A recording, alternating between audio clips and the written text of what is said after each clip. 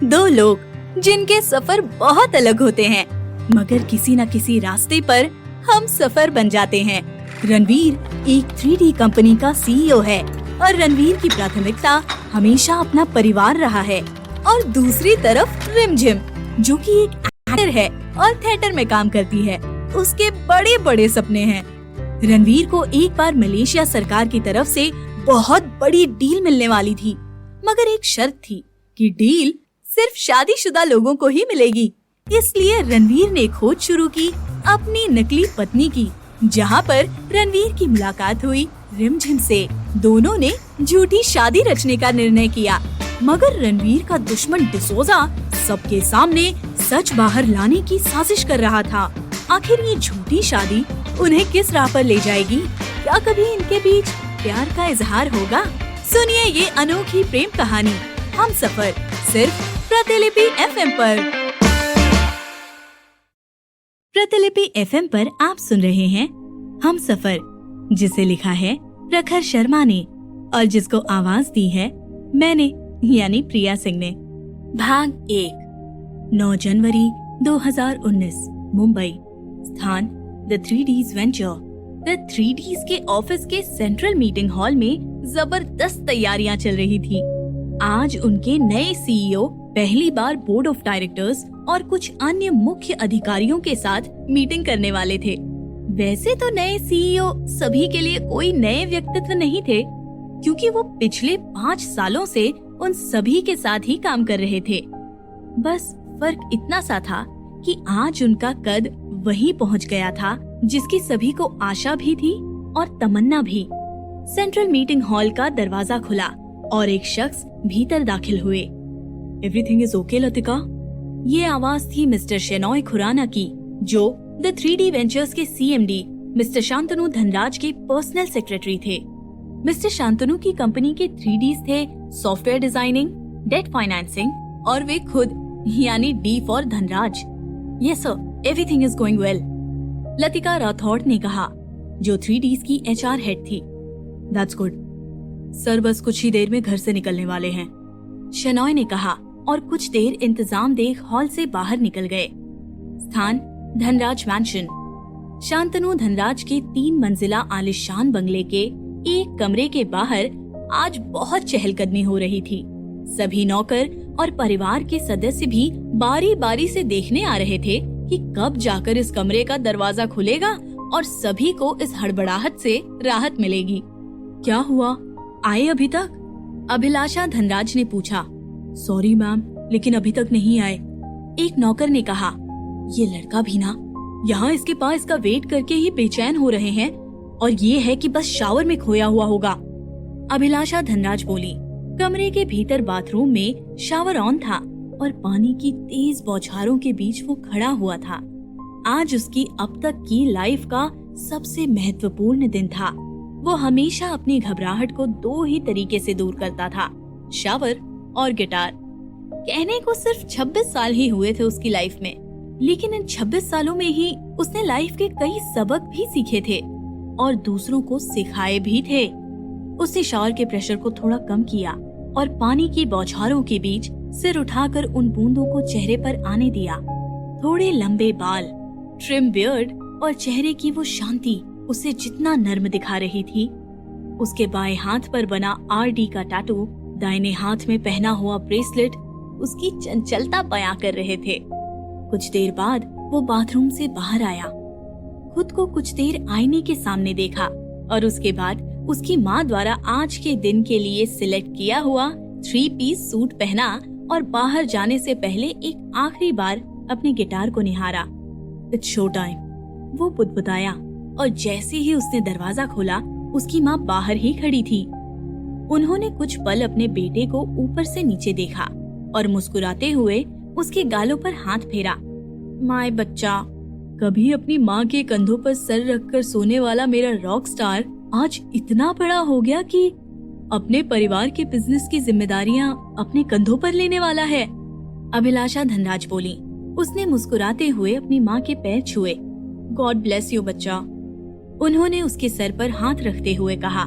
And all the best mister Ranveer Dhanraj. Thanks mom, उसने कहा। रणवीर धनराज, शांतनु और अभिलाषा धनराज की 3 संतानों में सबसे बड़ा और उसका सबसे लाडला बेटा। सिर्फ उनका ही नहीं, घर में सभी का लाडला, फिर चाहे वो उसकी दीदी हो या उसके छोटे भाई बहन। और उसका कारण भी स्पष्ट था। रणवीर के लिए उसकी फैमिली उसकी लाइफ थी, उसका गुरूर था। यही एक बात थी जो उसने अपने पिता से आत्मसात की थी। पा इज वेटिंग फॉर यू बच्चा, अभिलाषा ने कहा। या, रणवीर बोला और उनके साथ अपने पिता के कमरे में चला गया। रणवीर अपने पिता शांतनु के कमरे में आया। उसके पिता उसी का इंतजार कर रहे थे। गुड मॉर्निंग पा, रणवीर ने कहा। Very good morning my son, Shantanu ने कहा और उसका हाथ थामा। सो हाउस द फीलिंग, उन्होंने पूछा। फीलिंग नर्वस पा, रणवीर ने कहा। Well, I was nervous too, Shantanu ने बोला। जब तुम्हारे दादाजी ने मुझे कारोबार की जिम्मेदारी सौंपी थी, तब उन्होंने मुझसे बस यही कहा था कि ये बिजनेस तुम्हारा पहला बच्चा है, इसे हमेशा अपने बाकी बच्चों की तरह ही प्यार देना। यस पा, मैं वादा करता हूँ, रणवीर ने मुस्कुराते हुए कहा। बेटा, मैं जानता हूँ तुम्हारा इंटरेस्ट कभी हमारे बिजनेस में नहीं रहा है, पर मेरे हेल्थ इश्यूज के कारण पहले तुम्हें बिजनेस ज्वाइन करना पड़ा और अब ये इतनी बड़ी जिम्मेदारी। शांतनु की आवाज थोड़ी भारी हो गई थी। Sometimes I feel that I've ruined your ambitions. No पा, रणवीर ने उनके दोनों हाथों को कसकर पकड़ा। ऐसा बिल्कुल नहीं है। ये बिजनेस हमारे परिवार की प्रतिष्ठा है और इसकी जिम्मेदारी मेरे किसी भी सपनों से ज्यादा बड़ी है। And I'll always choose it over any of my ambitions. Shantanu ये सुनकर मुस्कुरा दिए। I'm proud of you, my son. वे बोले। अब मैं चलता हूँ पा, रणवीर ने कहा। Yeah, I wish I could come, but Shantanu निराश थे। पा, आपकी हेल्थ सबसे ज्यादा इम्पोर्टेंट है। आप रेस्ट कीजिए, मैं ऑफिस से आकर आपसे मिलता हूँ, रणवीर ने मुस्कुराते हुए कहा और कमरे से चला गया। कितनी आसानी से तुम खुद की इच्छाओं को अपने अंदर ही समेट लेते हो रणवीर, लेकिन मैं पिता हूँ तुम्हारा, समझ जाता हूँ, शांतनु उसके जाने के बाद धीरे से बोले। रणवीर नाश्ता करके ऑफिस के लिए निकल ही रहा था कि अभिलाषा जी उसके पास आकर बैठ गई। अपने पास से मिल गया वो फर्स्ट डे वाला फंडा। अभिलाषा जी हंसते हुए बोली। रणवीर भी बस मुस्कुरा दिया। यू नो रणवीर, मेरा तुम्हारे पा के बिजनेस में कभी इंटरेस्ट नहीं रहा था, लेकिन उन्होंने फिर भी मुझे कई बार मनाया कि कंपनी के किसी भी नए और इम्पोर्टेंट अनाउंसमेंट के समय में मैं भी उनके साथ रहूं। रणवीर गौर से उनकी बात सुन रहा था। अभिलाषा जी ने आगे कहा, जब मैंने उनसे पूछा तो उन्होंने कहा कि लाइफ में कई बार ऐसे मोड़ आएंगे जहाँ पर चाहते हुए भी हम हमारे पेरेंट्स से कुछ शेयर नहीं कर पाएंगे, एंड इट्स कॉमन। और उस समय हमें जरूरत होती है एक साथी की, वो सच्चा साथी जो हमारा कंपेनियन बनकर हमेशा हमारे साथ चले, हमारा सीक्रेट शेयरिंग वाला दोस्त बने और हमें पूरा करे। जस्ट लाइक यू एंड पा, रणवीर मुस्कुराते हुए बोला। Yes, just like me and Shantu. Abhilasha ने उसके कंधे पर हाथ रखा। बेटा, I am not forcing you, लेकिन इस बात को भी ध्यान रखना। जी मॉम, रणवीर ने कहा। ओके, बहुत सारी सीरियस बातें हो गई, अब तुम जाओ, कई लोग तुम्हारा अलग अलग जगह वेट कर रहे हैं, अभिलाषा जी ने कहा। अलग अलग जगह, रणवीर ने दोहराया और फिर कुछ सेकंड सोचकर बोला। अदिति बैठी है तुम्हारी गाड़ी में मुझसे नाराज होकर, अभिलाषा जी ने कहा। व्हाट? लेकिन उसका तो आज कॉलेज में एग्जाम है। वही तो, अब तुम ही समझाओ, अभिलाषा जी ने कहा। रणवीर की तीनों गाड़ियां बाहर खड़ी हो गई थी। इनमें से कौन सी गाड़ी में वो जाएगा ये उसके ड्राइवर्स को भी नहीं मालूम होता था, लेकिन एक इंसान था जिसके लिए ये पहचानना बाएं हाथ का खेल था। अदिति धनराज, रणवीर की छोटी बहन।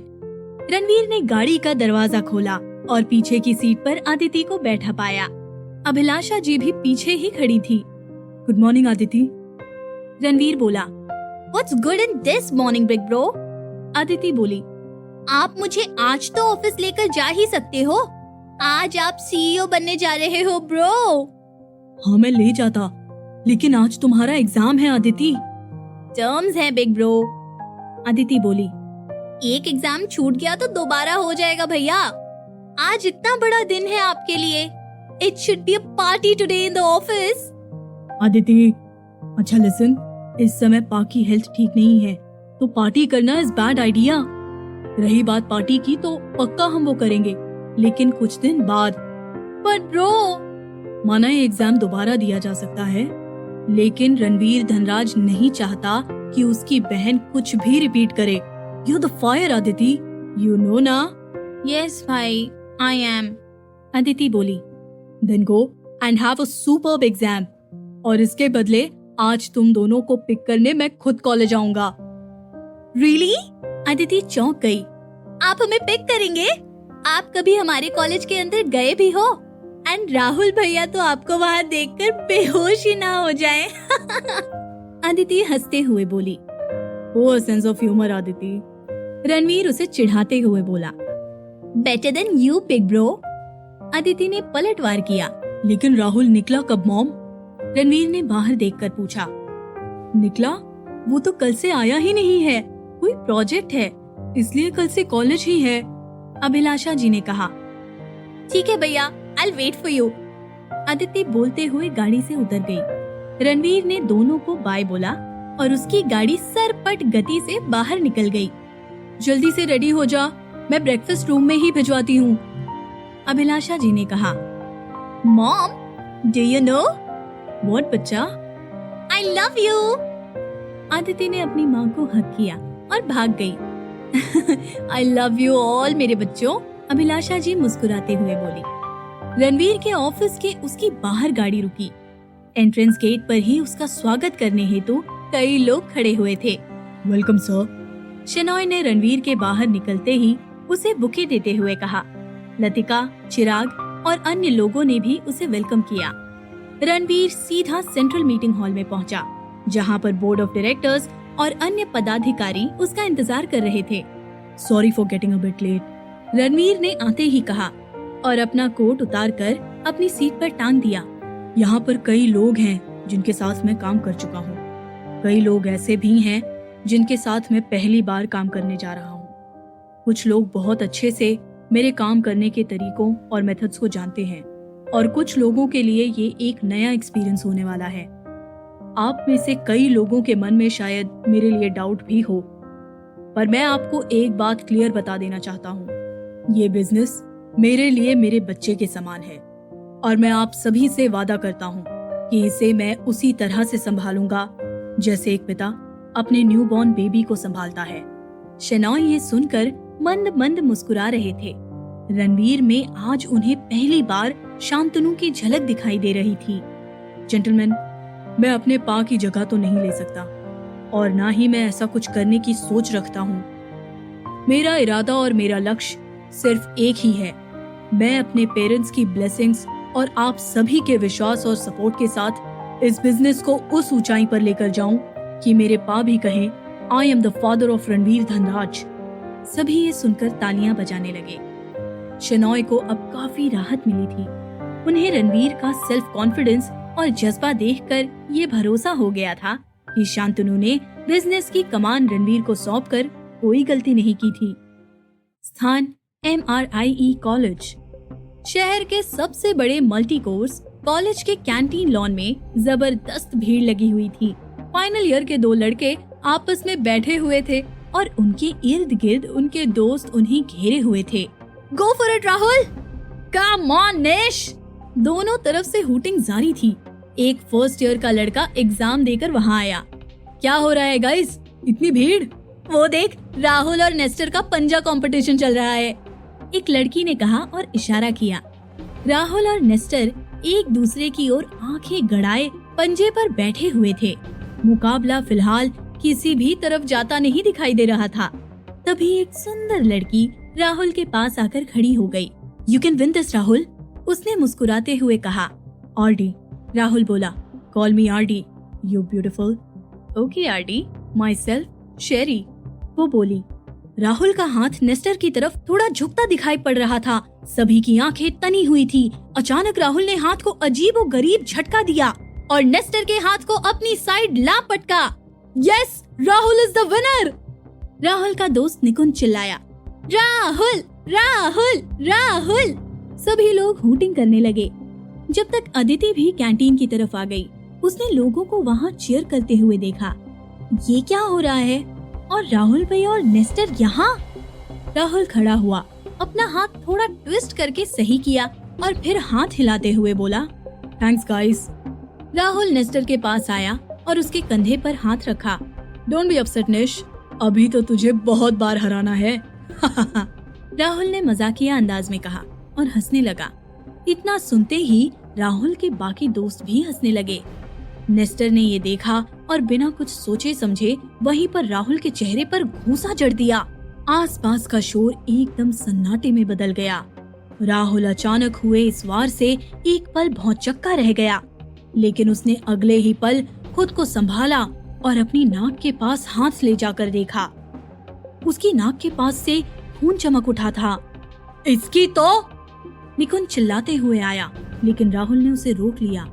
चिल निकी, राहुल मुस्कुराते हुए बोला, हम यहाँ पढ़ने आते हैं, गुंडागर्दी करने नहीं। लेकिन इसने तुझे मारा है, निकुंज चिल्लाया। हाँ तो हम रिवेंज लेंगे ना, लेकिन ऐसे नहीं यार, राहुल ने कहा। मॉम कहती है जब आपको पता हो कि कोई आपकी बेइज्जती भी डिजर्व नहीं करता तो वहाँ अपना टाइम वेस्ट नहीं करना चाहिए। राहुल ने नेस्टर की ओर देखा। ये कोई वॉर नहीं है निश, लेकिन याद रखना तूने तेरे स्टैंडर्ड के अनुसार स्टेप उठाया, मैं मेरे स्टैंडर्ड के अनुसार स्टेप लूंगा। ऑफ कोर्स मैं वेट करूंगा, नेस्टर ने अकड़ दिखाते हुए कहा। ये सब अब तक अदिति दूर से ही देख रही थी। उसका दिमाग खराब हो गया था। What the hell? वो बुदबुदाई और मोबाइल निकाला। रणवीर अपनी मीटिंग्स और बाकी काम खत्म कर निकल ही रहा था कि लतिका उससे मिल गई। लतिका HR डिपार्टमेंट की हेड ही नहीं, बल्कि रणवीर की एक बहुत अच्छी दोस्त भी थी। रणवीर MBA प्रोग्राम के समय उसका सीनियर था और उसी समय उसने लतिका की स्किल्स देख उसे अपने कंपनी में जॉब ऑफर कर दिया था। कहाँ जा रहे हो सर? लतिका ने पूछा। ओ प्लीज लतिका, तुम मुझे सर मत कहो यार, कॉल मी रणवीर। मेरी पोस्ट बदल जाने से हमारी दोस्ती नहीं बदलने वाली है। हाँ लेकिन यहाँ तुम मेरे बॉस हो, लतिका हंसते हुए बोली। कम ऑन लतिका, ये कोई इशू नहीं। ओके रणवीर, अब तो सही है। Yes that's great. लतिका कुछ बोलने ही वाली थी कि उसका मोबाइल बजा। लतिका दी, मैंने सोचा कहीं भाई मीटिंग में बिजी हो गए, इसलिए मैंने आपको कॉल किया। अगर भाई फ्री हो जाएं, तो उन्हें बोलना कि तुरंत हमारे कॉलेज आएं। What happened Aditi? And Ranveer is right here. ये लो बात करो। लतिका ने मोबाइल रणवीर को दे दिया। अदिति? रणवीर बोला। अदिति ने उसे सब कुछ बता दिया। ये सुनते ही रणवीर का गुस्सा 7वें आसमान पर पहुंच गया था। उसने एक शब्द नहीं कहा, मोबाइल लतिका को थमाया, ड्राइवर से गाड़ी की चाबी ली और फर्राटेदार रफ्तार में गाड़ी निकाल के ले गया। ओह माय गॉड, रणवीर बहुत गुस्से में था। I hope everything is fine, Latika चिंतित होकर बोली। भाग दो। राहुल भैया, अदिति चिल्लाते हुए उसके पास आई। आपने उसे छोड़ क्यों दिया? उसने आपको पंच मारा, आपको तो उसके दांत तोड़ देने चाहिए थे। रिलैक्स अदिति, राहुल बोला। मुझे यहाँ कोई सीन नहीं क्रिएट करना था। वैसे भी यहाँ लड़ाई होती तो बात HOD एंड फिर डीन तक जाती, एंड अगर गलती से भैया को पता चल जाता तो। अदिति ने ये सुनते ही राहुल से नजर चुरा ली। अदिति प्लीज, तू ये बात बिग ब्रो से मत कहना, राहुल बोला। अच्छा ठीक है, अब कुछ नहीं बोलूंगी, अदिति ने कहा। कूल, राहुल ने राहत की सांस ली। राहुल, वही सुंदर लड़की शेरी फिर से उसके पास आई। दिखाओ कहाँ लगी तुम्हें, मैं कुछ हेल्प करूं? श्योर ब्यूटीफुल, ये देखो इधर। राहुल आगे बोलता उससे पहले ही उसने देखा कि सामने से एक गाड़ी तेजी से गार्डन से सटी रोड पर दौड़ती हुई आई और वहाँ पर स्किड करते हुए रुक गई। सभी उस गाड़ी को देखने लगे। गए अब तो, राहुल ने सकपकाते हुए कहा और गुस्से में अदिति की ओर देखा। तुझे तो मैं घर जाकर देखता हूँ अद्दू। अदिति उसकी तरफ जानबूझकर नहीं देख रही थी। गाड़ी का गेट खुला और रणवीर शेड्स यानी कि सनग्लासेस लगाए हुए बाहर निकला। उसकी शर्ट की आस्तीन ऊपर कोहनी तक मुड़ी हुई थी। नैरो बॉटम वाली पैंट और ब्राउन लेदर शूज जहां सभी को उसके बिज हंक होने का सबूत दे रहे थे, वहीं एक हाथ में चमकता ब्रेसलेट और दूसरे हाथ में उसका वो टैटू लोगों की सोच को धोखा दे रहा था। Who's he? शेरी ने बिना नजर हटाए पूछा। असली आरडी, राहुल बोला। मतलब? अरे मैं तो फेक आरडी हूँ, असली आरडी तो ये हैं हमारे घर के आरडीएक्स, मेरे भैया रणवीर धनराज, राहुल ने कहा। रणवीर राहुल के पास आया और उसका घाव देखा। हाय भैया, उसने कहा। रणवीर ने उसके घाव को छुआ। ये तो बस हल्का सा यूं ही, राहुल सकुचाते हुए बोला। रणवीर ने अदिति की ओर देखा। कहाँ है? देर, अदिति ने कैंटीन की तरफ इशारा किया। Blue shirt. रणवीर नेस्टर के पास गया और उसे एक जोरदार तमाचा जड़ दिया। नेस्टर नीचे गिर पड़ा। हो गया स्वाहा, राहुल बुदबुदाया। नेस्टर खड़ा हुआ और उसने हाथ उठाया ही था कि रणवीर ने उसका हाथ पकड़ लिया। हे यू मैन, नेस्टर बोला, तू नहीं जानता कि तू किससे भिड़ रहा है। Really? So please tell me boy, Ranveer बोला। Nestor D'Souza, son of Peter D'Souza. मेरे father is the leading shareholder of this institution group, Rahul's institution, Nestor बोला। And my father is the leading shareholder of your father's company dude, Ranveer ने कहा और उसका हाथ झटक दिया। ये सुनकर नेस्टर का गुस्सा और अकड़ दोनों ठंडे पड़ गए थे। मेरी फैमिली मेरी दुनिया है और अगर कोई भी मेरी दुनिया को नुकसान पहुंचाने की कोशिश करेगा तो मैं उसकी दुनिया में आग लगा दूंगा। नेस्टर और उसके दोस्त हक्के बक्के से सुन रहे थे। Ranveer Dhanraj, remember the name, Ranveer ने कहा और राहुल अदिति के पास लौट गया। I want to talk to your dean, Ranveer बोला। भैया रहने दो यार, इतना बड़ा मैटर नहीं है, राहुल बोला। उसने तुझे मारा, तेरे चेहरे पर देख, अगर बात बढ़ जाती और तुझे कुछ हो जाता तो, रणवीर बोला। ये तो उसका लक है कि हम कॉलेज में हैं, वरना। भैया शांत हो जाओ, राहुल ने रणवीर को समझाया। आपका भाई ठीक है, ये देखो बिल्कुल फिट एंड फाइन, रणवीर ने राहुल को गले लगा लिया। अब इमोशनल करके ही मानोगे क्या? राहुल हंसते हुए बोला। ओके, गुस्सा छोड़ो और घर चलो, बहुत भूख लगी है। आज मुझे आपके हाथ का स्पेशल चीज पिज्जा सैंडविच खाना है। लेकिन फर्स्ट स्लाइस मेरा होगा, अदिति बोली। तुझे तो मैं एक बाइट नहीं दूंगा, फेक प्रॉमिस करती है ये भैया। आपने जब मना किया उससे पहले ही मैं सब बता चुकी थी। तू रहने दे liar number 1। Same to you भैया। बस करो यार, कुछ लड़ाई घर के लिए भी रहने दो, रणवीर ने दोनों को गाड़ी में बिठाते हुए कहा। रणवीर चेंज करके बेड पर बैठा ही था कि उसकी नजरें अपने गिटार पर पड़ी। वो उठकर गया और उस पर अपना हाथ फेरा। तभी दरवाजे पर दस्तक हुई। रणवीर ने मुड़कर देखा तो उसकी माँ वहाँ खड़ी थी। अरे मॉम, आइए ना, कुछ काम था? क्यों, क्या मेरे बेटे के पास आने के लिए मुझे काम का बहाना चाहिए? अभिलाषा जी बोली। नहीं मॉम, मेरा वो मतलब नहीं था, रणवीर मुस्कुराते हुए बोला। तो कैसा गया तुम्हारा सीईओ के रूप में पहला दिन? उन्होंने बैठते हुए पूछा। बस मॉम, ठीक था, रणवीर अपनी माँ की गोद में सर रखकर बैठ गया। तुमने गिटार प्ले करना बंद कर दिया है ना रणवीर? मॉम, गिटार मेरा पास्ट है और मैं नहीं चाहता कि मेरा पास्ट मेरे फ्यूचर को अफेक्ट करे। बच्चा, कुछ आदतें पास्ट या फ्यूचर नहीं होती हैं, वो तो बस होती हैं। अगर वो हमारे दिल को सुकून देती हैं, तो उसे जारी रखने में कोई हर्ज नहीं, अभिलाषा जी ने उसे समझाया। जी मॉम, मैं इस बारे में जरूर सोचूंगा, रणवीर ने कहा। ओह, मुझे तो आदित्य के लिए मिल्क शेक भिजवाना था, पढ़ाई कर रही है तो उसे चाहिए होगा, अभिलाषा बोली। ओके मॉम, आप जाइए, रणवीर उठते हुए बोला। अभिलाषा जी खड़ी हुई और दरवाजे तक जाकर एक बार रणवीर को मुड़कर देखा। रणवीर अपने में ही खोया हुआ सा था। अभिलाषा जी आंखों में आंसू लिए वहां से निकल गई। क्या हुआ, तुम इतनी परेशान क्यों हो? शांतनु जी ने अभिलाषा जी को गुमसुम देखकर कहा। बच्चे हमसे छुपाने के लिए कितना कुछ करते हैं, लेकिन ये क्यों नहीं समझते कि हमने जन्म दिया है उनको।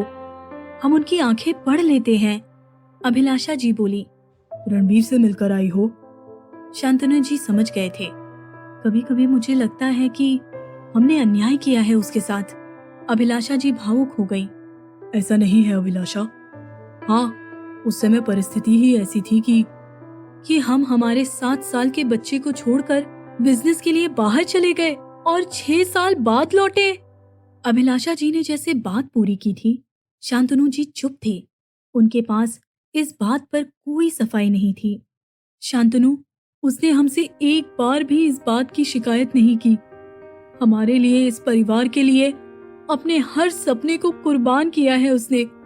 और हमने क्या दिया उसे? जिम्मेदारियों का इतना बड़ा बोझ, और वो भी इतनी कम उम्र में। मानता हूँ अभिलाषा कि हमने ये ज्यादती की है उस पर, लेकिन ये तुम भी जानती हो कि अगर इस जिम्मेदारी को कोई संभाल सकता है तो वो रणवीर ही था। उसका जिम्मेदार होना उसके लिए इतनी बड़ी सजा बन जाएगी, ये उस बच्चे ने कभी नहीं सोचा होगा। अभिलाषा जी बोली। आई एम सो सॉरी अभिलाषा। शांतनु जी भी भावुक हो गए। यहाँ दोषी मैं हूँ, वो हाथ जोड़ते हुए बोले। अभिलाषा जी ने उनके हाथ थामे और उनके सीने से लग गई। हम दोनों तो एक दूसरे का दर्द बांट लेते हैं शांतनु, पर रणवीर, उसका दर्द तो केवल वो झेलता है। अभिलाषा जी ने कहा। हमारा बेटा फिर से दिल खोलकर हंसेगा अभिलाषा, मुझे पूरा विश्वास है। अब ईश्वर से यही प्रार्थना है कि रणवीर की जिंदगी को भी कोई अपनी खुशबू से भर दे, वो जो उसे पूरा करे। अरे लेकिन वो किसी को पसंद तो करे। शांतनु बोले। उसकी उम्र के लड़कों को खुद की उम्र जितनी बार प्यार हो जाता है, और ये एक महाशय है जो इस बारे में सोचना ही नहीं चाहते हैं। पता नहीं क्या शांतनु, मुझे ऐसा लगता है कि अगर रणवीर किसी के पास नहीं जाना चाहता है तो उसकी किस्मत उसे उसके हमसफर तक ले जाएगी, और आप देखना, वो बहुत स्पेशल होगी। ऑफ कोर्स, जो हमारे रणवीर को पूरा करेगी वो स्पेशल तो होगी ही। शांतनु जी मुस्कुराते हुए बोले। राहुल और उसके दोस्त कॉलेज में बैठे हुए थे। कल की घटना के बाद नेस्टर तो वहां आस पास भी नहीं था, और रणवीर की शिकायत के बाद कॉलेज मैनेजमेंट ने कुछ एक्स्ट्रा प्रोजेक्ट्स भी अपॉइंट कर दिए थे। यार राहुल, कल तेरे भैया ने जो क्लास लगाई है ना नेस्टर की, वो आज भी क्लास में घुसने से डर रहा है। निकुंज बोला। यार मेरे भैया वैसे बहुत सॉफ्ट और शांत हैं, लेकिन उनकी फैमिली उनकी स्ट्रेंथ भी है और वीकनेस भी। अगर हमारी फैमिली को कोई हार्म करे तो फिर मेरे भैया रणवीर से वीर बन जाते हैं, और सामने वाले के पास रन करने के अलावा और कोई ऑप्शन नहीं बचता। सभी ये सुनकर हंसने लगे। वेल राहुल, क्या तुम्हारा भाई सिंगल है? शेरी ने पूछा। ओ मैडम, राहुल ने शेरी को घूरते हुए कहा। ही इज सिंगल, लेकिन तुम उनके बारे में कोई सेकंड थॉट्स मत पाल लेना। रणवीर भैया मेरे, तुम्हारे, हम सब की लीग के नहीं हैं। उनकी क्लास ही अलग है। तो क्या उन्हें कभी प्यार नहीं हुआ? निकुंज ने पूछा। हुआ था एक बार, जब वो कॉलेज में थे, लेकिन कभी उस लड़की से ये कहने की उनकी हिम्मत ही नहीं हुई। व्हाट? फिर? शेरी ने पूछा। फिर क्या, भैया बीई फिनिश कर एमबीए प्रोग्राम के लिए ऑस्ट्रेलिया चले गए, और फिर कभी ना तो उन्होंने इसके बारे में जिक्र किया और ना प्यार। राहुल ने कहा। मेरे भैया ऐसे ही हैं, अपने और अपनों में जीने वाले। यार बचपन में तो तेरे और अदिति के साथ मस्ती की ही होगी ना भैया ने? निकुंज हंसते हुए बोला। राहुल की मुस्कुराहट ये सुनकर गायब हो गई। नहीं, एक्चुअली हमें बचपन में भैया के साथ ज्यादा टाइम स्पेंड करने का मौका नहीं मिला। राहुल ने बताना शुरू किया। जब भैया 7 साल के थे तब पाके बिजनेस एक्सपेंशन के कारण उन्हें और मॉम को इंटर कंट्री और सिटी रहना पड़ा। अदिति उस समय 1 और मैं 3 साल का था। इस कारण मॉम और पा हम दोनों को अपने साथ ले गए और भैया को घर दादा दादी के पास छोड़ दिया। मॉम बताती है कि उस दौरान उनकी भैया से 2-4 दिन में एक बार बात होती थी। मॉम को बहुत बुरा लगता, लेकिन भैया कभी उनसे कोई शिकायत नहीं करते और हमेशा पा के लिए विश करते। दादी ने बताया था कि जब 6 साल बाद सब सेट करके पा और मॉम हमारे साथ वापस घर लौटे तो भैया ने एक दिन पहले रात से कुछ नहीं खाया था। जब मॉम ने उनसे पूछा तो बोले कि आज आपके हाथ का खाना जी भर के खाऊंगा। मॉम ये सुनकर भैया को गले लगाकर बहुत रोई। उस दिन से भैया हमारे लिए भाई कम और पेरेंट ज़्यादा बन गए। मॉम और पा तो तभी भी बिजी ही रहते थे। तो इस पीरियड में भैया ने एक दोस्त, गाइड और गार्जियन बनकर हमारा ध्यान रखा। सभी तल्लीनता से सुन रहे थे, कुछ थोड़े भावुक भी हो गए थे। राहुल आगे बोला। मॉम ने हमेशा मुझे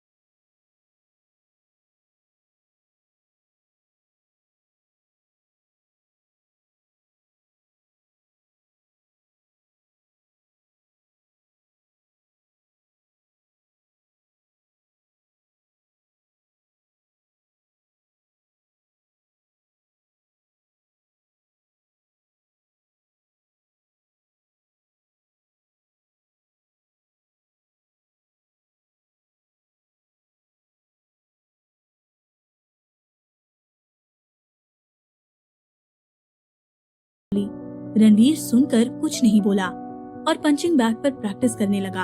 अदिति उसे चुप देख आगे बोली, बिग ब्रो, आई नो कि अभी मैं और वो यंग हैं, इसलिए हम पहले एक दूसरे को समझना चाहते हैं कि हम कितने कंपैटिबल हैं। उसके बाद ही हम इस रिलेशनशिप को एक स्टेप आगे लेकर जाएंगे। रणवीर ने कुछ देर और प्रैक्टिस की और फिर आदिति की ओर मुड़ा। आज शाम को फ्री हो? उसने पूछा। हाँ, आदिति ने कहा। टाइम और जगह मैसेज कर दूंगा, उसको लेकर पहुंच जाना। अगर मुझे वो ठीक लगा तो घर पर बात करना मेरी रिस्पॉन्सिबिलिटी है। अदिति ये सुनते ही चहकते हुए रणवीर के गले लग गई। भैया भैया, you are the best brother in the world and आपको आयांश जरूर पसंद आएगा। Thank you thank you thank you thank you भैया, यू आर द बेस्ट। हाँ, जैसे मैंने तो एग्जाम में तेरी चिट्स चुराकर प्रिंसिपल को दे दी थी। राहुल भीतर आते हुए बोला। व्हाट? अद्दू, तू एग्जाम में चिट्स लेकर जाती है? रणवीर बोला। नहीं भाई, अदिति सकपकाते हुए बोली। ये तो राहुल भैया है ना, कुछ भी बोलते फिरते हैं। राहुल भैया आप जाओ, हम कुछ जरूरी बात पर डिस्कस कर रहे हैं। मुझे पता है क्या जरूरी बात है, राहुल बोला। भैया वो इसका आयांश है ना, इतना डरपोक है। मैंने उससे कहा कि तू है ना अदिति का बॉयफ्रेंड है, तो बोलता है कौन अदिति, मैं नहीं जानता उसे। ओ, वो डरपोक नहीं है, उसे मैंने कहा था कि कोई भी कुछ भी पूछे, स्पेशली मेरे भैया, तो मना कर देना। अच्छा बेटा, तो और भी बताऊं आगे? राहुल बोला। लेकिन अद्दू, रणवीर बात घुमाते हुए बोला। चिट्स पुराना तरीका हो गया है, तू कहे तो सीधा पेपर आउट करवा ले। अदिति और राहुल ये सुनकर एक टक रणवीर को देखते रह गए। राहुल अगले ही पल रणवीर के पैरों में गिर गया। भैया आप तो देवता निकले। राहुल हाथ जोड़ते हुए बोला। प्लीज भैया मेरा करवा दो, मैं दिन रात आपकी सेवा में लगा रहूंगा भैया, आप जो बोलोगे वही करूंगा, प्लीज। खड़े हो जा, मजाक कर रहा था, रणवीर ने कहा। अदिति सुनकर जोर से हंसने लगी। राहुल गुस्से वाले अंदाज में खड़ा हुआ। छोटे भाई की फीलिंग्स हर्ट कर दिया आपने, कोई वैल्यू ही नहीं है आजकल भरोसे की। तो राहुल बनावटी अंदाज में बोला। फीलिंग्स और आपकी? अदिति हंसते हुए बोली। बिग ब्रो, ये राहुल भैया कॉलेज की हर दूसरी लड़की पर चांस मारते हैं, आए बड़े फीलिंग्स वाले। हाँ? रणवीर ने तिरछी नजरों से राहुल को देखा। भैया वो तो आपने सिखाया था ना, try but don't cry, Rahul ने कहा। इतने में बाहर से अभिलाषा जी की आवाज आई। अदिति, राहुल, ये तुमने रूम में क्या कर रखा है? ओह शिट, राहुल बोला। अद्दू की बच्ची, तूने पिज्जा बॉक्स और कोक की बॉटल्स वहीं छोड़ दी ना? मैंने आपको कहा था ना, वो आपकी ड्यूटी थी सर्वेंट को बोलकर साफ करवाने की। रणवीर दोनों के पास आया और दोनों को करीब लाकर धीरे से बोला। अब दोनों जाओ और संभाल लो, वरना कोई एक दूसरे वाले की पोल जरूर खोल देगा। हाँ, चल अद्दू भाग, राहुल बोला और दोनों वहाँ से बाहर भागे। रणवीर ने अपना मोबाइल निकाला और अपनी सेक्रेटरी चिराग को कॉल लगाया। Chirag, cancel my appointments if any between 5 to 7 PM and fix a table for 3 at Platina. I want to spend some time with my sister. Sure sir, उधर से चिराग बोला। And yeah, do me one more favor. Ranveer आगे बोला। Find out every single detail about Ayansh Randhawa, MREI College, BBA, second year. Ranveer ठीक 5:10 Platina cafe पहुंचा। उससे पहले पहुंचे अदिति और आयांश को मैनेजर ने पहले ही उनके लिए रिजर्व सीट पर बिठा दिया था। भैया, अदिति ने हाथ हिलाकर रणवीर को इशारा किया। रणवीर वहां आ गया। अदिति और आयांश खड़े हो गए। रणवीर भैया, ये है आयांश, एंड आयांश ये है मेरे big bro Ranveer Dhanraj. Hello sir, Aayansh ने कहा। सर, मुझे नहीं लगता कि तुम अदिति से बातें करते समय मुझे सर बोलते होगे, रणवीर ने मुस्कुराते हुए कहा। नहीं सर, सर ही बोलता हूँ। आयांश थोड़ा घबरा गया। भैया, अदिति ने मासूमियत से रणवीर की ओर देखा। Chill Aayansh, just kidding, please sit, Ranveer ने मुस्कुराते हुए कहा। अदिति ने बताया कि तुम उसके सीनियर हो। यस सर, मैं सेकेंड ईयर में हूँ, आयांश ने कहा। Good, then what's the plan after this? Ranveer ने पूछा। BBA के बाद MBA करना है एंड उसके बाद मुझे खुद का बिजनेस स्टार्ट करना है। ओह, स्टार्टअप, दैट्स इंटरेस्टिंग। वैसे तुम्हारे पापा क्या करते हैं? डैड के दिल्ली में ज्वेलरी के 2 शोरूम हैं। मेरे पापा एंड चाचा जी उन्हें संभालते हैं। तो तुम अपनी फैमिली की आगे हेल्प नहीं करना चाहते हो? नहीं सर, ऐसी बात नहीं है, पर मैं उनकी हेल्प अपनी तरह से करना चाहता हूँ। मेरे कुछ ड्रीम्स हैं जिन्हें मुझे पूरा करना है और वो वहाँ ज्वेलरी शोरूम में बैठकर पूरे नहीं हो सकते हैं, आयांश ने कहा। Well, just for the knowledge, I hope you are well aware about the risk factor in the startup world, Ranveer बोला। हाँ सर, मैं जानता हूँ कि रिस्क तो है, पर वो तो हर जगह होता है ना सर। भीतर ये बातचीत चल रही थी। उसी समय लटीना के बाहर एक कैब आकर रुकी। ये लो भैया। रिमझिम पैसे देकर बाहर उतरी और अपने बालों को ठीक किया। तभी उसका मोबाइल बजा। हाँ, आ गई हूँ बाबा। तू कहाँ है ये बता। यहाँ तो लाइन से 3 कैफे हैं। लटीना में आना है ना? कितनी बार नाम पूछेगी यार। दूसरी ओर उसकी दोस्त तन्वी की आवाज थी। कैब तूने करवाई है, मैंने नहीं। मुझे कैसे याद होगा? सॉरी मेरी माँ, अब बाहर से ही लड़ती रहेगी क्या? जल्दी आ, तन्वी ने कहा। बस आ गई। रिमझिम ने ऊपर कैफे का नाम देखा और कॉल डिस्कनेक्ट कर गेट से भीतर आ गई। तन्वी अपने बॉयफ्रेंड के साथ रणवीर की सीट के ठीक पीछे वाली सीट पर बैठी हुई थी। हालांकि दोनों सीट्स के बीच लगभग 3 मीटर की दूरी थी। हाय, रिमझिम वहां आकर बैठ गई।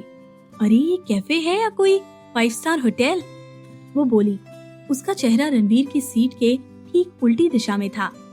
गौरव, ये मेरी बेस्ट फ्रेंड है रिमझिम, तन्वी ने कहा। रिमझिम, ये है गौरव, मेरा बॉयफ्रेंड। रिमझिम और गौरव ने दोनों ने एक दूसरे से हाथ मिलाया। तन्वी मेरी तब से दोस्त है जब से हम दोनों दोस्ती का मतलब भी नहीं जानते थे, रिमझिम ने कहा। इसी के कारण मेरी फैमिली मुझे यहाँ भेजने पर रेडी हुई, लेकिन फिर भी तुम्हारे बारे में इसने मुझे कल ही बताया। रिमझिम, यार मैं तुझे तब बताना चाहती थी जब मैं खुद पूरी तरह से श्योर हो जाऊं। देख, आज वो दिन आ गया, तन्वी ने कहा। तुम भी कुछ बोलते हो या सिर्फ तन्वी को देखकर मुस्कुराते रहते हो? रिमझिम हंसते हुए बोली। गौरव और तन्वी भी ये सुनकर हंसने लगे। कुछ देर तक बात करने के बाद तन्वी ने रिमझिम को इशारों इशारों में कुछ कहा।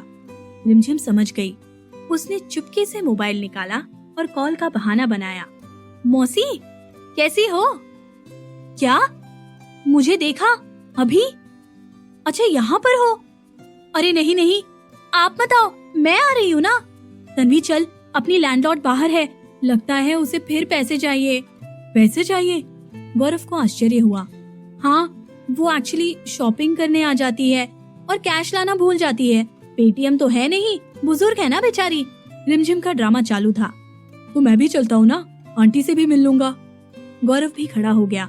गौरव, तन्वी ने अभी तक घर पर तुम्हारे बारे में बताया नहीं है, रिमझिम बोली। अगर तुम्हें मौसी ने देख लिया और आंटी को बता दिया तो तन्वी तो क्या, तुम किसी से शादी नहीं कर पाओगे।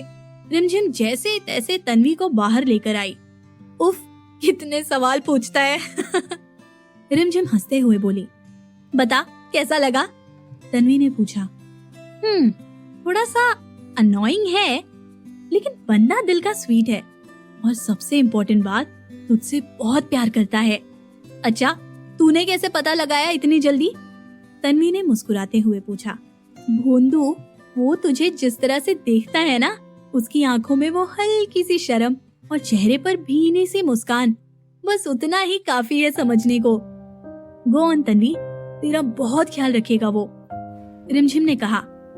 थैंक्स यार, तन्वी उसके गले लगते हुए बोली। तूने ग्रीन सिग्नल दे दिया ना, तो घर पर भी बात कर लूंगी। घर पर बात? ओ हाँ यार, मुझे भी करनी है। मम्मी ने बोला था। एक काम कर, तू अंदर जा, मैं घर पर कॉल करके आती हूँ, रिमझिम ने कहा। जल्दी आना, तन्वी बोलते हुए अंदर चली गई। उसी समय रणवीर मोबाइल पर बात करता हुआ बाहर आया। बात करते हुए वो कब रिमझिम के पास आकर खड़ा हो गया, उसे पता नहीं चला। Chirag, this is not enough. I want every single detail about him. उसका पास्ट, उसका प्रेजेंट, उसका फैमिली स्टेटस, सब। मैं आदिति को लेकर पूरी तरह सिक्योर होना चाहता हूँ। प्लीज अरेंज इट सून। रिमझिम ने सब कुछ सुन लिया। वो दोनों एक दूसरे की ओर पीठ करके खड़े थे, एक दूसरे और अपने भविष्य से बिल्कुल अनजान।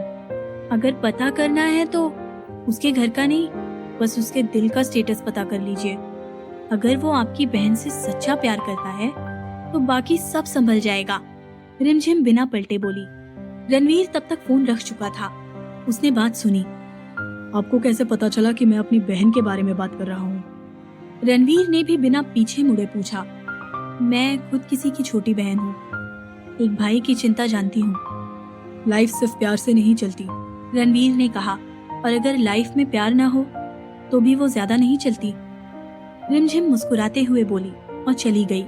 रणवीर कुछ सोचकर पलटा, लेकिन तब तक रिमझिम वहां से जा चुकी थी। स्ट्रेंज, आखिर मैंने मुड़कर देखा क्यों नहीं? सच में कोई था भी या? वो बुदबुदाया। रणवीर और रिमझिम अपनी अपनी जगह आकर बैठ गए थे। बातें दोनों तरफ चालू थी। रिमझिम के टेबल पर, रिमझिम, तेरा ड्रामा इंटर्नशिप का आज क्या हुआ? तन्वी ने पूछा। वही यार जो 2 दिन से हो रहा है, पता नहीं कब जाकर एक ठीक चांस मिलेगा। रिमझिम बोली। ये लो, अभी पूछ लेते हैं, तन्वी ने कहा। चल हाथ दिखा तेरा। तुझे पामिस्ट्री कब से आ गई? मुझे नहीं, लेकिन गौरव को आती है, और वो भी शानदार। वाओ!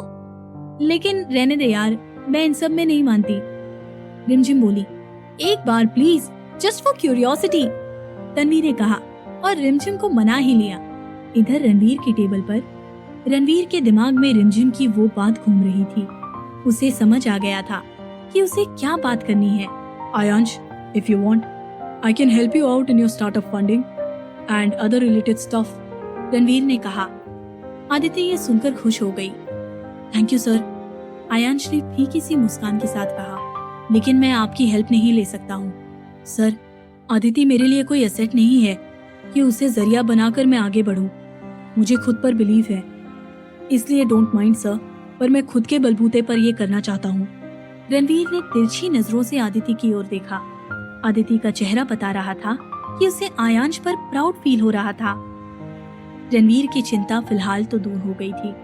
भैया, रणवीर ने कहा। मुझे सर नहीं भैया कहो, जैसे मैं आदित्य का भाई हूँ वैसे ही तुम्हारा भी हूँ। ओके भैया, आयांश ने मुस्कुराते हुए कहा। रिमझिम की टेबल पर गौरव तल्लीनता से रिमझिम का हाथ पड़ रहा था। तन्वी, बस करो यार, रिमझिम बोली। कुछ देर बाद गौरव ने एक लंबी सांस ली और कहा, रिमझिम, तुम्हारी पामिस्ट्री बोल रही है कि बहुत जल्दी ही तुम्हारी लाइफ का नया फेज चालू होने वाला है। ये मुझसे एक झोला छाप ने दिल्ली में भी कहा था कि तेरा काम बन जाएगा और भी न जाने क्या क्या। दोबारा जब घर जाऊंगी ना तो उसे जमकर धोऊंगी। रिमझिम चेहरे पर आए अपने बालों को फूंक से उड़ाते हुए बोली। पर मैं वर्क लाइफ की नहीं, लव लाइफ की बात कर रहा हूँ। What? रिमझिम ये सुनकर हंसने लगी। What रबिश यार। क्यों रबिश? तन्वी ने उसे झिड़क दिया। क्यों नहीं हो सकता स्टार्ट? क्या पता तेरा ड्रीम बॉय यहीं कहीं हो, तू पलट और वो तेरे सामने खड़ा हो। यहाँ पर रिमझिम हंसते हुए खड़ी हुई। आसपास देख तन्वी, यहाँ जो बैठे हैं ना, उनको देख, इनकी क्लास, इनका ऑरा देख। क्या तुझे लगता है कि यहाँ पर कोई होगा जो मुझ जैसी स्क्रब, मुझ जैसी लूजर से प्यार करेगा? इनफैक्ट इस पूरे मुंबई में कोई नहीं होगा जिसे मुझसे प्यार होगा। एक जिंक्स है। रिमझिम ने ये बोलने के लिए अपने हाथ अचानक से फैलाए और उसका बायां हाथ साइड से सूप लेकर आ रहे वेटर के कंधे जाकर टकराया। वेटर का संतुलन बिगड़ा और पूरा सूप सीधे रणवीर के ऊपर आकर गिरा। अगले ही पल कटलरी के जमीन पर गिरने की आवाज आई और पूरे कैफे में सन्नाटा छा गया। रिमझिम समझ गई थी कि गड़बड़ हो चुकी है। तन्वी भी अपनी जगह से खड़ी हो गई। रिमझिम, उसने बेचारी सी शक्ल बनाकर कहा। क्या हुआ? रिमझिम की शक्ल के तोते उड़ गए थे। पलट कर देख, तन्वी बोली। नहीं, रिमझिम की हिम्मत ही नहीं हो रही थी। पलटना पड़ेगा रिमझिम, यही ऑप्शन है अब, तन्वी मासूमियत से बोली। रणवीर अपनी सीट से खड़ा हुआ। उसके पूरे कोट पर सूप बिखर चुका था। अदिति उसकी शक्ल देखकर समझ गई थी कि उसका गुस्सा नाक पर चढ़ चुका है। सॉरी सर, ये मैडम का हाथ अचानक से लगा और ये हो गया, वेटर ने हाथ जोड़ते हुए कहा। किसका हाथ? रणवीर ने पूछा। इन मैडम का, वेटर ने इशारा किया। रणवीर पीछे मुड़ा। तन्वी ने रिमझिम को इशारा किया। रिमझिम ने आंखें बंद की और धीरे से पलटी। रणवीर उसके सामने खड़ा था। रिमझिम ने धीरे से आंखें खोली और रणवीर को देखा। रिमझिम, आज तो तू हो गई शहीद, वो बुदबुदाई। भाग भाग 4। I am so sorry for this. दरअसल गलती से मेरा हाथ और वेटर भैया तभी, आई एम रियली सॉरी, रिमझिम बोली। रणवीर ने कुछ नहीं कहा और टिश्यू लेकर अपना कोट साफ करने लगा। ये आप मुझे दे दीजिए, मैं इसे क्लीन करवा के आपको दे दूंगी, रिमझिम बोली। पर कैसे? अदिति ने तुरंत कहा। पार्सल कर दूंगी, आप अपना एड्रेस दे देना प्लीज, प्लीज दे दीजिए। नो, इट्स ओके, रणवीर बोला, आई मेक इट क्लीन। नहीं, आप एक बार मुझे दे दीजिए, हमारे वहाँ पर एक शॉप है, वो कमाल की क्लीनिंग करता है, दीजिए तो सही। रिमझिम की जोर आजमाइश जारी थी। अब रहने भी देना रिमझिम। तन्वी ने कहा, यार ऐसे कैसे रहने दूं? मेरी वजह से इनका कोट खराब हो गया है, मेरी रिस्पॉन्सिबिलिटी है ना। मैंने कहा ना। इस बार रणवीर की आवाज में हल्का सा गुस्सा था। कोई जरूरत नहीं है और मुझे अपनी बात दोहराने की आदत नहीं है। रिमझिम कुछ नहीं बोली। रणवीर आदिति की तरफ मुड़कर ठीक करने लगा। लाइए भाई, मुझे दीजिए। आदिति टिश्यू लाकर साफ करने लगी। कुछ लोगों को ये पता ही नहीं होता कि वो किसी पब्लिक प्लेस में है या अपने बेडरूम में। This reflects their standard and maturity. Ranveer ने धीरे से कहा था, लेकिन रिमझिम ने वो सुन लिया। अब रिमझिम के लिए चुप रहना संभव नहीं था। वो तुरंत रणवीर के सामने आकर खड़ी हो गई। एक्सक्यूज मी मिस्टर XYZ, वो बोली, यूं पीठ के पीछे मेरे बारे में कुछ भी बकवास करने से बेहतर है कि आप मेरे सामने बात करें। And what class? हाँ, आप जैसे एलीट लोगों की यही दिक्कत है, हर बार को क्लास से जोड़ देते हैं। क्यों, क्या आप लोगों से गलती नहीं होती है? बस कर रिमझिम, तन्वी बोली। Hey, don't talk to my brother like this, Aditi ने कहा। You don't know who he is. Yes, I don't, और मुझे जानने में कोई दिलचस्पी भी नहीं है। रिमझिम बोली, मेरी गलती थी, जो किसी से भी हो सकता था, और मैंने उसके लिए दिल से माफी मांगी। पर ये जो आपके भाई है ना, शायद उन्हें माफ करना ही नहीं आता है। तुम नहीं जानती इसलिए बोल रही हो, अगर जानती तो पता चलता कि तुम ओवर रिएक्ट कर रही हो, अदिति ने कहा। चल यहाँ से अब रिमझिम। तन्वी ने उसका हाथ पकड़ा। चलेंगे तन्वी, बिल्कुल चलेंगे। रिमझिम ने अपना हाथ छुड़ाया और रणवीर के करीब आई। गलती क्लास देखकर नहीं होती है सर, आज मुझसे हुई है, कल आपसे भी हो सकती है, तब प्लीज खुद के स्टैंडर्ड पर सवाल मत उठाइएगा। लिसन यू, रणवीर बोला ही कि रिमझिम ने उसे बीच में ही टोक दिया। मेरी बात अभी पूरी नहीं हुई है मिस्टर, वो बोली। हम जैसे लोगों के लिए एक ही बात मैटर करती है, वो है हमारे संस्कार। एंड अगर कोई उसका मजाक बनाए तो हम सहन नहीं कर सकते। Sorry once again for the coat. Rimjhim मुड़ी। चल तन्वी। तन्वी, गौरव और रिमझिम वहाँ से चले गए। रणवीर अभी भी ठीक उसी तरह खड़ा था। अदिति मौके की नजाकत को भांपकर धीरे से बोली, भैया, I think we should also leave now. Waiting for you in the car, Ranveer बोला। बाय आयांश। और वो भी तेजी से बाहर निकल गया। भैया गुस्से में लग रहे हैं यार, आयांश ने कहा। हाँ, और होंगे ही, अदिति बोली। आज तक किसी ने भैया से ऐसे बात नहीं की है। पहली बार मुझे ऐसा लगा जैसे मैं फीमेल रणवीर धनराज देख रही हूँ। तुम जाओ भैया, वरना तुमसे भी गुस्सा हो जाएंगे, आयांश ने कहा। ओके, कल मिलते हैं, अदिति ने कहा। ये एलीट क्लास वाले भी ना, अगर उस अड़ियल से यही गलती हो जाती ना, तो वो वेटर प्यार से बोलता, सॉरी सर, नो प्रॉब्लम, हम दूसरा ले आते हैं। और अगर वही गलती हम मिडिल क्लास वालों से हो गई तो क्या बखेड़ा खड़ा कर दिया। रिमझिम घर पहुँचते ही शुरू हो गई। लेकिन तुझे क्या जरूरत थी उससे भिड़ने की, तन्वी बोली। क्या जरूरत थी? तन्वी, तूने सुना नहीं क्या बोल रहा था वो? एक छोटी सी गलती क्या हो गई, मेरे पीठ पीछे मेरे स्टैंडर्ड को डिफाइन करने वाला वो कौन होता है? हाँ, रिमझिम बोली। अच्छा ठीक है, पर तेरी भी गलती थी ना, तन्वी बोली। तो सॉरी बोला तो सही, कितनी बार कहा कि सॉरी, कोट दो, साफ करवा के लौटा दूंगी।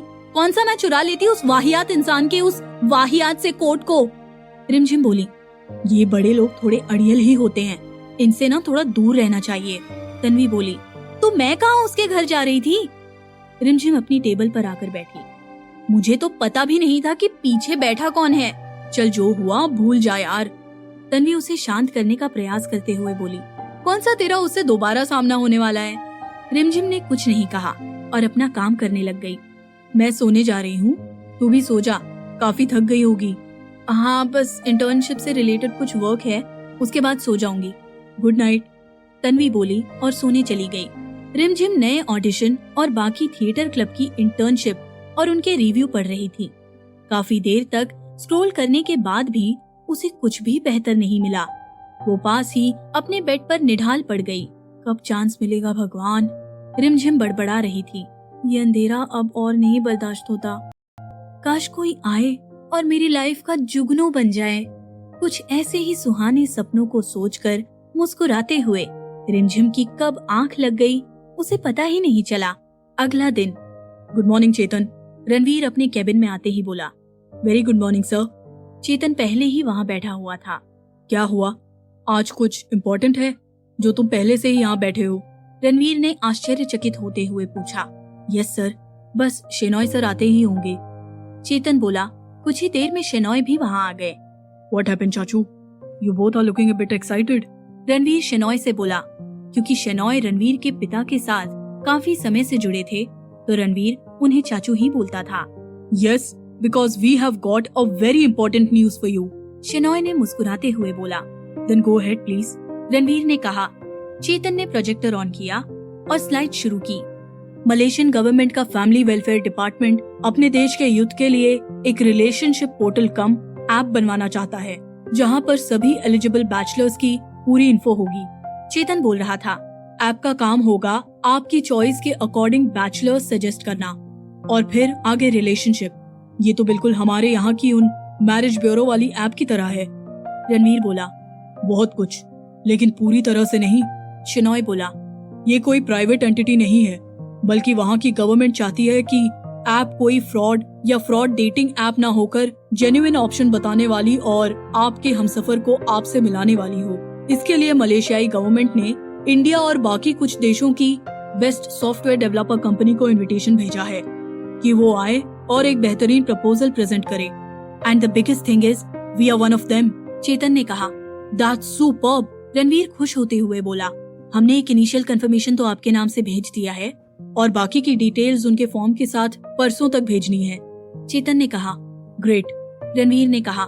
या इट्स ग्रेट, बस एक प्रॉब्लम है। शेनॉय बोले। क्या? रणवीर ने पूछा। वो केवल उन्हीं को इस प्रोजेक्ट पर काम करने के लिए प्रेफरेंस देंगे जो कि या तो शादीशुदा हो या फिर उसकी शादी होने वाली हो। व्हाट? ये कैसी अजीबोगरीब प्रेफरेंस है? रणवीर चौंकते हुए बोला। उनका मानना है कि ये प्रोजेक्ट एक बिजनेस प्रोजेक्ट ना होकर एक इमोशनल वर्क है और इसे वही ठीक तरीके से समझ सकता है जो खुद इन इमोशंस को करीब से जानता हो। शेनॉय बोला। उनका दिमाग खराब है। रणवीर बोला। They wanted to make a cocktail of business. Leave it. हम कुछ और प्रोजेक्ट ढूंढ लेंगे जो इससे भी बेहतर होगा और जहां ऐसी अजीबोगरीब शर्तें नहीं होंगी। सर, शायद इससे बेटर ना मिले। चेतन ने कहा। ये एक गवर्नमेंट स्पॉन्सर्ड प्रोजेक्ट है सर, और जो ये प्रोजेक्ट हासिल कर लेगा उसकी ऐप को मलेशिया में 5 साल की मोनोपोली होगी।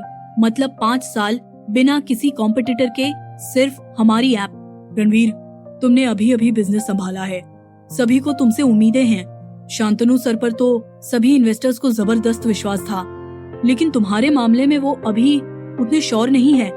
अगर हम ये प्रोजेक्ट लेने में कामयाब हो जाते हैं तो न सिर्फ इन्वेस्टर्स और बोर्ड ऑफ डायरेक्टर्स का तुम्हारे ऊपर विश्वास डबल हो जाएगा, बल्कि तुम्हें एक ऐसा थ्रस्ट मिलेगा जिसके बल पर तुम और द 3D वेंचर्स बुलंदियों की नई ऊंचाइयां छू सकते हो। रणवीर एक गहरी सोच में डूबा था। उसने कुछ देर तक सोचने के बाद कहा। फाइनल डिटेल्स कब भेजनी है? परसों शाम तक। चेतन ने जवाब दिया। तो चाचू, मैं 2 दिनों में कैसे कोई लड़की देखकर आगे, आप समझ रहे हो ना? रणवीर बोला। हाँ वो तो है, पर क्या तुम्हारी ऐसी कोई दोस्त है, कोई जो तुम पर लाइन मारती हो? रणवीर ने शेनॉय को घूरा। सॉरी, मेरा मतलब है कि। शेनॉय बोले। नहीं है, कोई नहीं है ऐसा। रणवीर ने खींचते हुए कहा। बुरा मत मानना रणवीर, लेकिन अगर यही बात राहुल से कही होती तो अभी 1 घंटे में वो खुद का स्वयंवर रचा लेता। शेनॉय हंसते हुए बोले। चेतन को भी हंसी आ गई थी। उड़ा लिया मजाक। रणवीर बोला। अब काम पर फोकस करें और कुछ सोचें कि क्या हो सकता है। सर, तब तो बस एक ही ऑप्शन है। चेतन बोला। क्या? रणवीर और शेनॉय दोनों एक साथ बोले। फेक मंगेतर। चेतन ने कहा। हैव यू गॉन मैड चेतन? रणवीर बोला। ये क्या फालतू के ऑप्शंस दे रहे हो? ये बकवास है, हमें कुछ और सोचना होगा। शेनॉय अभी भी सोच रहे थे। लेकिन इसमें प्रॉब्लम क्या है? उन्होंने बोला। चाचू आप भी? रणवीर को आश्चर्य हुआ। हाँ, चेतन का आइडिया बेहतरीन है। हमें ये ड्रामा बस 1-1.5 महीने तक ही करना होगा। एक बार प्रोजेक्ट मिला उसके बाद तो everything will be set. Is this a joke? Ranveer बोला। ये कोई मैगी नहीं है कि बस बनाई खाई और खेल खत्म। आप जानते हैं ये कितना डेंजरस हो सकता है, कितने लोगों के इमोशंस के साथ खेलना पड़ेगा हमें। No, I am not in this. इतना भी नहीं है जितना तुम सोच रहे हो रणवीर। शेनॉय ने कहा, और इसमें इतनी बड़ी बात नहीं है। देखो, हर रिलेशनशिप स्टार्ट होती है, लेकिन कुछ रिलेशनशिप वर्क करती है और कुछ नहीं। तो तुम्हारे केस में वो वर्क नहीं करेगी, सिंपल। इसमें इतना ज्यादा खराब कुछ नहीं है। रणवीर फिर गहरी सोच में डूब गया था। चेतन ने उसे विचार करते देख कहा, सर, मेरे हिसाब से हमें ऐसा गोल्डन चांस दोबारा नहीं मिलेगा। रणवीर ने कुछ और देर सोचा और फिर बोला, लेकिन हम इतनी जल्दी किसी लड़की को लाएंगे कैसे? शेनॉय और चेतन एक दूसरे की ओर देखे और फिर रणवीर की ओर देखकर मुस्कुराए। तुम उसकी चिंता मत करो रणवीर, शेनॉय बोले। मैंने सोच लिया है हमें किस तरह से ये सब करना है। रणवीर ने प्रश्न सूचक निगाहों से शेनॉय को देखा। शेनॉय ने कहना शुरू किया, हम इसे एक प्रोफेशनल एक्ट की तरह रखेंगे। मैं आज मुंबई के टॉप 3 बेस्ट ड्रामा थिएटर की लिस्ट निकाल कर उनके एडमिनिस्ट्रेशन से बात करके कल ही एक ऑडिशन रखवाता हूँ। ऑडिशन से हम उस लड़की को सिलेक्ट करेंगे जो तुम्हारे फेक मंगेतर का रोल प्ले करेगी। आगे कोई दिक्कत ना हो, हम उससे बकायदा लीगल कॉन्ट्रैक्ट साइन करवाएंगे जिसमें सारी डिटेल्स होंगी। काम पूरा होने के बाद उसे उसका पेमेंट देंगे और वो अपने रास्ते और तुम अपने। पर थिएटर क्यों सर, कोई टीवी एक्ट्रेस क्यों नहीं? चेतन ने पूछा। चेतन, टीवी एक्ट्रेस के मामले में हमारे एक्सपोज होने का खतरा ज्यादा है और हम इस प्रोजेक्ट को हासिल करने से पहले कोई रिस्क नहीं ले सकते, शेनॉय ने समझाया। राइट सर, चेतन ने हामी भरी। ठीक है, पर घर पर? मुझे लगता है कि मुझे घर पर तो सच बता ही देना चाहिए, रणवीर बोला। नहीं रणवीर, मैंने कहा ना, हम रिस्क नहीं ले सकते हैं। राहुल आदिति का सर्कल बड़ा है और वो बच्चे हैं। अगर गलती से उनके मुंह से ये बात निकल गई तो दिक्कत हो जाएगी, शेनॉय बोले। आई एग्री विद सर, चेतन ने कहा। आपको घर पर संभालना पड़ेगा। रणवीर को समझ नहीं आ रहा था कि वो क्या करेगा और कैसे करेगा। उसका दिमाग काम करना बंद ही कर चुका था। Fine, will go with this plan. चाचू, आप काम शुरू कीजिए, हमारे पास टाइम कम है, रणवीर बोला। शेनॉय ने अगले 3 दिन बेस्ट ड्रामा थिएटर क्लब्स के डायरेक्टर से बात करके वहां ऑडिशन शुरू करा दिए थे। सुबह से शुरू हुआ ये सिलसिला शाम और फिर रात तक चलता रहा, लेकिन उन्हें किसी में भी वो बात नहीं लग रही थी जो रणवीर धनराज के साथ मैच हो सके। उन्हें कल तक कंपनी और रणवीर की डिटेल्स फाइनल करके भेजनी थी, जिसमें उसकी स्पाउस की इन्फो भी मांगी गई थी। रात के 9 बज रहे थे। शेनॉय लिस्ट में टॉप और उनके आखिरी ऑप्शन जेके थिएटर में बैठे हुए थे। ये क्या है मिस्टर दास? उन्होंने कहा। आप इस थिएटर को बेस्ट बताते हैं, ये है आपका बेस्ट? ये कोई टैलेंट है? सॉरी सर, लेकिन मैं अभी भी समझ नहीं पा रहा हूँ कि आप आर्टिस्ट में क्या ढूंढ रहे हैं, मिस्टर दास बोले। मिस्टर दास, ना तो मैं आपको समझा पाऊंगा और ना आप समझ पाएंगे कि मैं क्या चाहता हूँ और किसे ढूंढ रहा हूँ। अंदर डायरेक्टर्स के कमरे में बात चल रही थी। उसी समय रिमझिम वहाँ पर आ गई। वो शेनॉय के आने के पहले ही शाम को ही निकल गई थी, लेकिन उसका बैग वहीं रह गया था।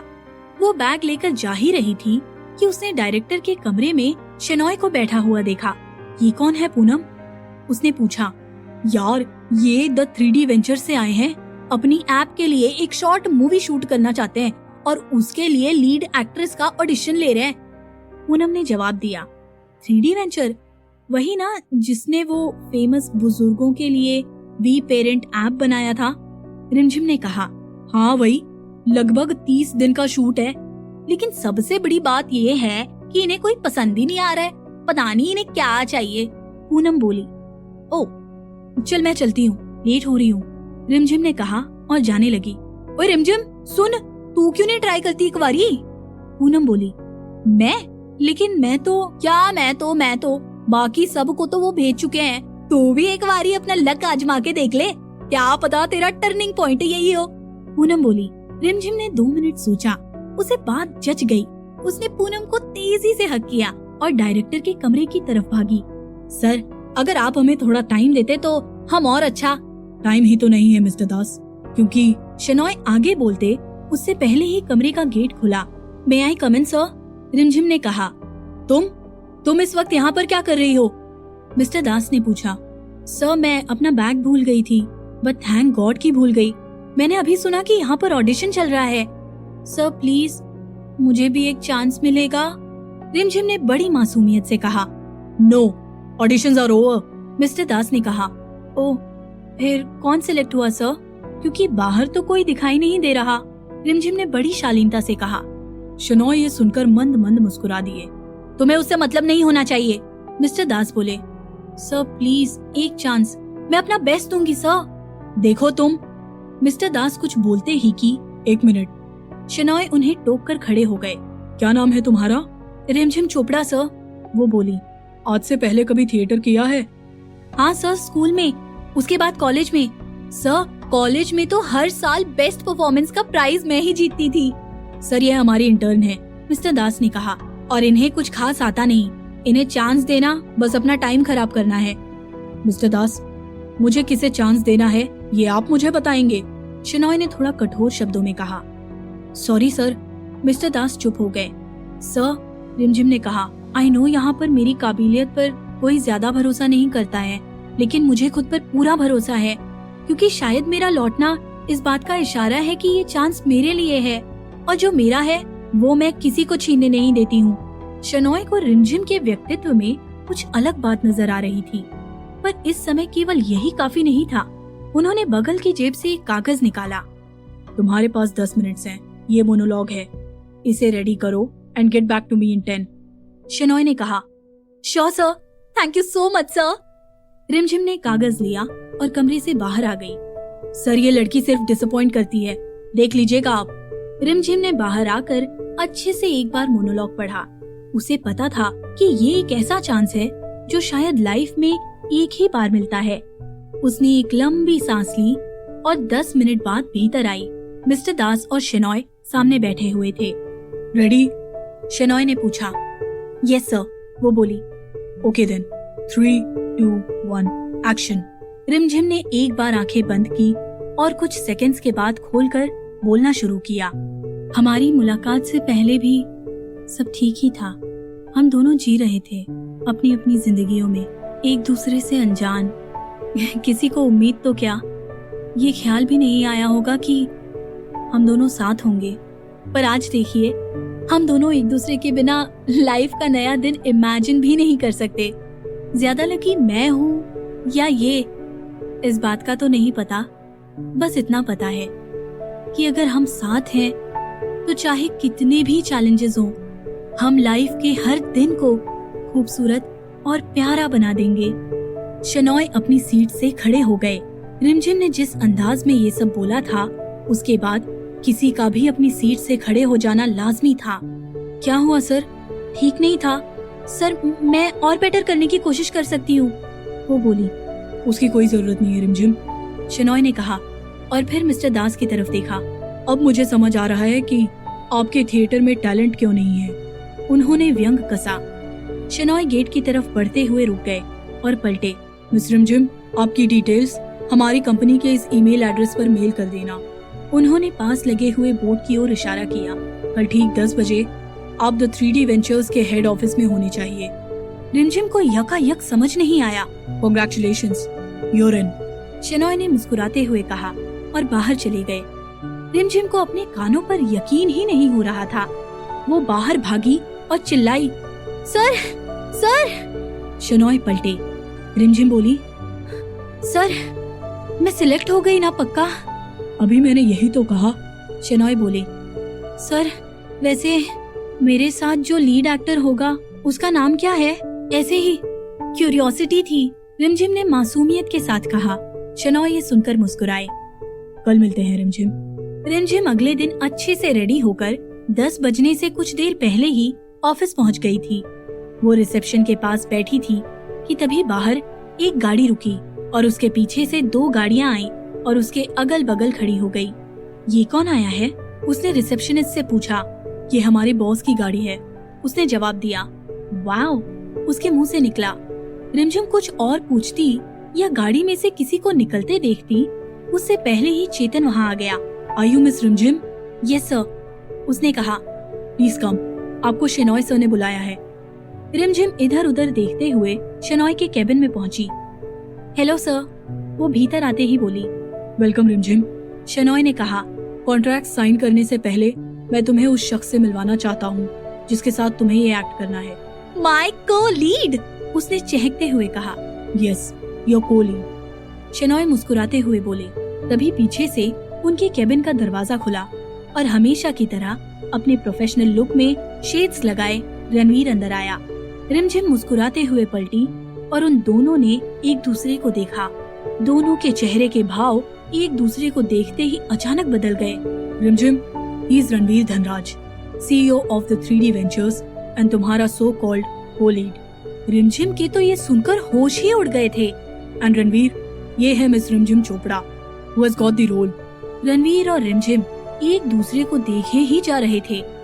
रिमझिम को समझ नहीं आ रहा था कि ये उसकी लाइफ का टर्निंग पॉइंट है या इस पॉइंट पर उसकी पूरी लाइफ ही टर्न हो गई है। रिमझिम, तेरा तो गेम ओवर, उसने मन ही मन सोचा। हम उम्मीद करते